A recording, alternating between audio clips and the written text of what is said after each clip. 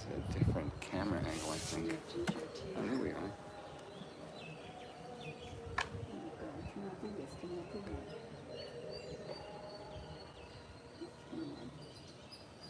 Rotation off, rotate the face back.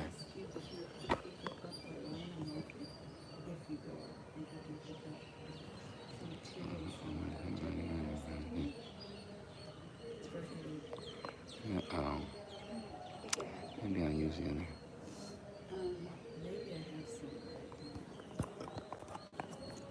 Oh, darn it. Orientation. Okay,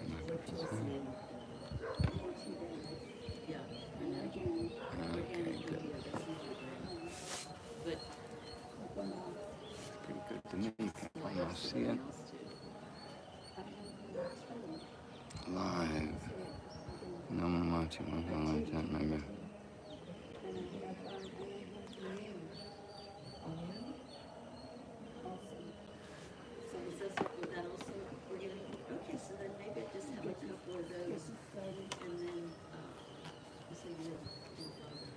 Arunachela Shiva, Arunachela Shiva, Arunachela Shiva, Arunachala, Arunachela Shiva, Arunachela Shiva, Arunachela Shiva, Arunachala, Arunachela Shiva, Arunachela Shiva, Arunachela Shiva, Arunachala, Arunachela Shiva, Arunachela Shiva, Arunachela Shiva, Arunachala, Arunachela Shiva, Arunachela Shiva, Arunachela Shiva, Arunachala, Arunachela Shiva, Arunachela Shiva, Arunachela Shiva, Arunachala, Arunachela Shiva, Arunachela Shiva, Arunachela Shiva, Arunachala, Arunachela Shiva, Arunachela Shiva, Arunachela Shiva, Arunachala, Arunachela Shiva, Arunachela Shiva, Arunachela Shiva, Arunachala, Arunachela Shiva, Arunachela Shiva, Arunachela Shiva, Arunachala. Mahadev, Mahadev, Mahadev. Namaste, fellow pilgrims. Welcome to the lotus feet of our sacred mountain, Arunachela Shiva, the embodiment of Lord Shiva. Ancient Puranic legend tells us that in the past, before the birth of time itself, the gods were quarreling as to who was the greatest gods, and the gods Brahma and Vishnu. Brahma, the breath of life, the infinite breath of the universe, the creator, and Vishnu, the sustainer, the Buddha, the Christ, the Krishna, embody this infinite intelligence.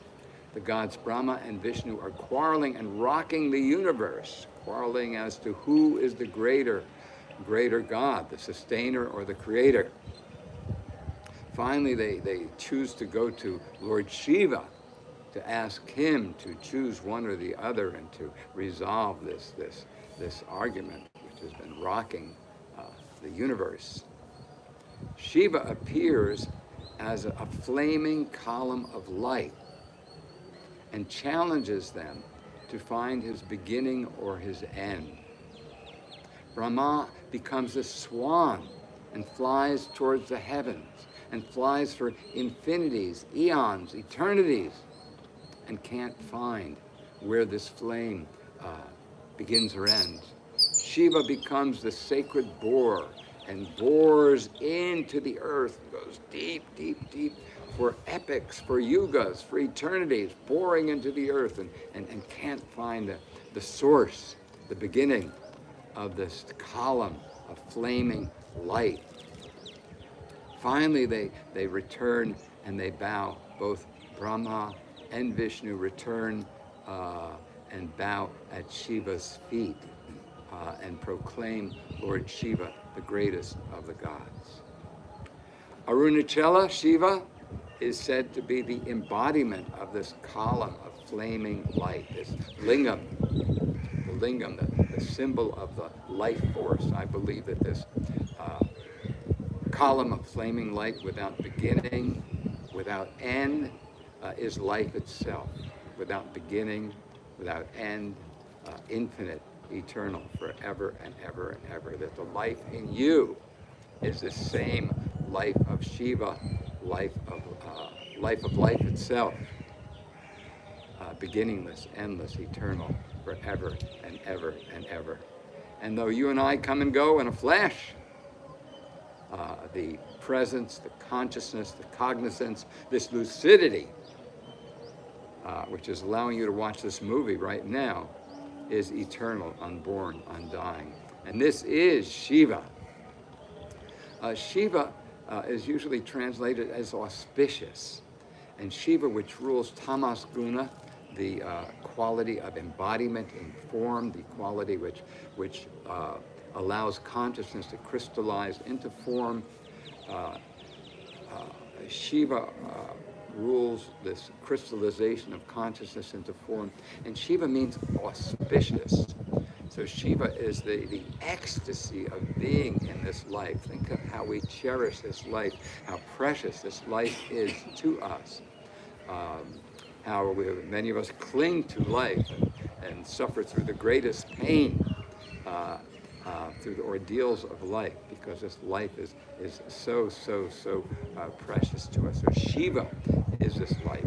They say what is beautiful in any of us, what attracts us to each other, is Shiva, is the god, is the goddess within. That's what makes us attractive, and that's what we see in each other. Here in India, everybody's name is the name of a god. Everyone is Subramanian, Lakshmi, Krishna, Rudra. Not too many named Rudy. But in any case, everyone is named after one of the gods to remind you who you really are, that the life in you is eternal, unborn, undying, everywhere, always, forever and ever. So we have the privilege here this morning of being here at the feet of Holy Mountain Arunachela Shiva in the ancient site of pilgrimage, a town called Tiruvannamalai. Tiruvannamalai. It's about 4 hours from Chennai, the ancient city of Madras. And every full moon, millions of people come to circumambulate this holy mountain that is just deeply venerated. The heart of the town of Tiruvannamalai is a Shiva temple, which is reputed to be the largest Shiva temple in India.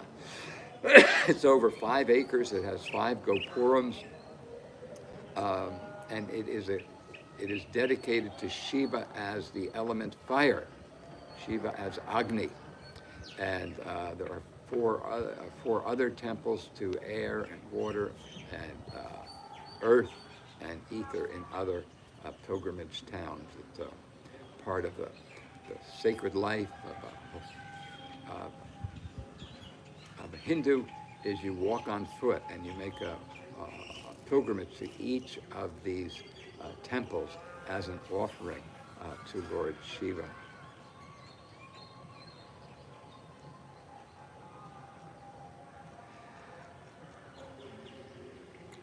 This town, Tiruvannamalai, is famous for a sage that came here by the name of Ramana Maharshi, or Ramana Maharishi, Maha, great Rishi, sage, Ramana. So Sage Ramana came here as a young boy. At 16, he had this experience where he felt like he died. He saw himself dead. He experienced himself dead, and yet he was still conscious. And he realized that life, that consciousness survives the body. And somehow he was drawn to this town of Tiruvannamalai. He left his home and somehow made his way to this town and went into a temple and started meditating. And it was so deep in meditation that insects bit him all over and rats gnawed at his body. And he was found there, and they found this young boy in deep state of samadhi, concentration. And they began to care for him and cherish him. And over his life, he became venerated as one of the greatest sages of all time. And Sage Ramana invites us to ask the question of, who am I? In Indian philosophy, everything that is transitory is considered unreal. And the only reality is that which is not transitory. So what the sages say is what is here is everywhere, and what is not here is nowhere. So what is here that is everywhere is the present. And if it isn't in the present, it doesn't exist, it's transitory. So Sage Ramana asked you to go inward and experience your own subject. All the objects of life and the world come and go. They're all mere appearances in consciousness. But your awareness, your presence, your cognizance, this amazing lucidity of life is eternal. So he invites you to turn within and to entertain this question, who am I? And to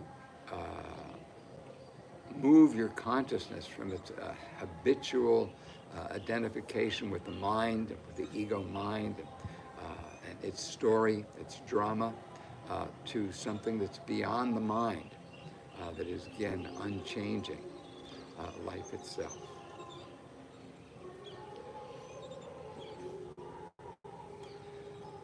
So for me, the question is the nature of this presence, the nature of this lucidity. You know, as someone who's focused on energy healing over the years, we really stumbled around I stumbled around, my colleagues stumbled around, some of them are still stumbling around, to understand what the essence of healing is. And the essence of healing is the power of this presence. I think since Eckhart Tolle's book, what is it, The Healing Power of the Presence, The Power of Now, or David Godman's books on the presence, people are really articulating that. But when we got into this holistic health game, we were stumbling around trying to understand what the key to healing was. We tried all sorts of crazy things. But over the years, it became clear and clear and clear that the reason we do a sattvic diet is because it allows us to find more inner peace and become more deeply present. The reason we meditate is it quiets the mind and allows us to tune into this presence. I'm worried my camera's going to be knocked over in the wind. Thank you.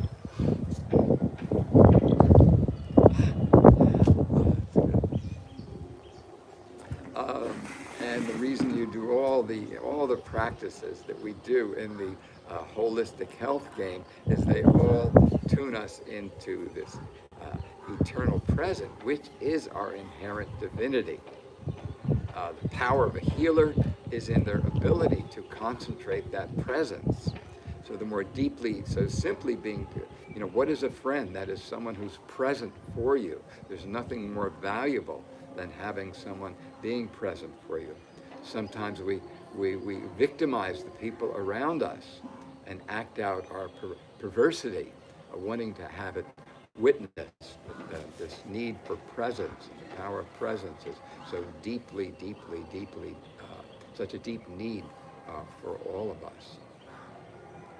So in any case, let's see how we're doing. I don't want to ramble on too much. So in the upcoming talks, I'll just be talking for 15 minutes, keep it short and sweet. We'll be continuing to talk about the power of presence and its relevance in the healing arts. And We'll be visiting saints, sages. We'll be going to the Arunachela Ishwara temple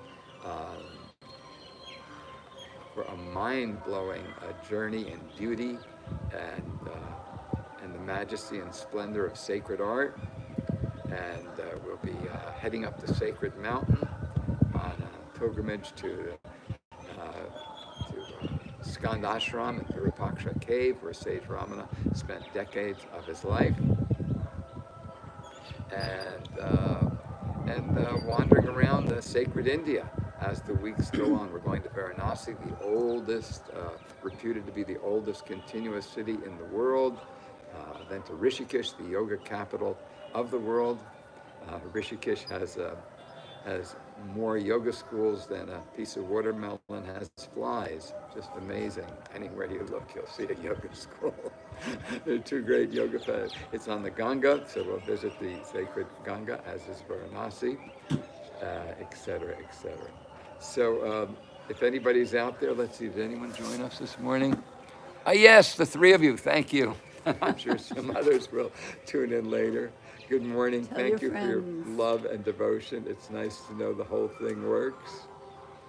Om Namah Shivaya. Om Namah Shivaya. Let's all sing together, the three of you and us. Arunachela Shiva, Arunachela Shiva, Arunachela Shiva, Arunachela. Arunachela Shiva, Arunachela Shiva, Arunachela Shiva, Arunachela. Arunachela Shiva, Arunachela Shiva, Arunachela Shiva, Arunachela. Arunachela Shiva, Arunachela Shiva, Arunachela Shiva, Arunachela. Namaste. Honor to this great and wondrous and mysterious gift of life, this sacred life that we all share. Have a blessed evening and a blessed life. Thank you so much. Om Namah Shivaya. Oh, any questions? I think there's a live chat here. Let's see if we can find a live chat. Open live chat, learn more. Okay. I don't see a live chat, so we're going to get going now. Thank you. Blessings.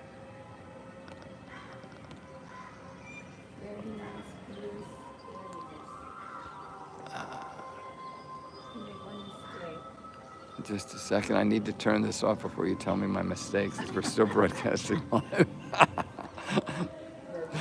I don't know how to turn it off. Okay. Share. Mute my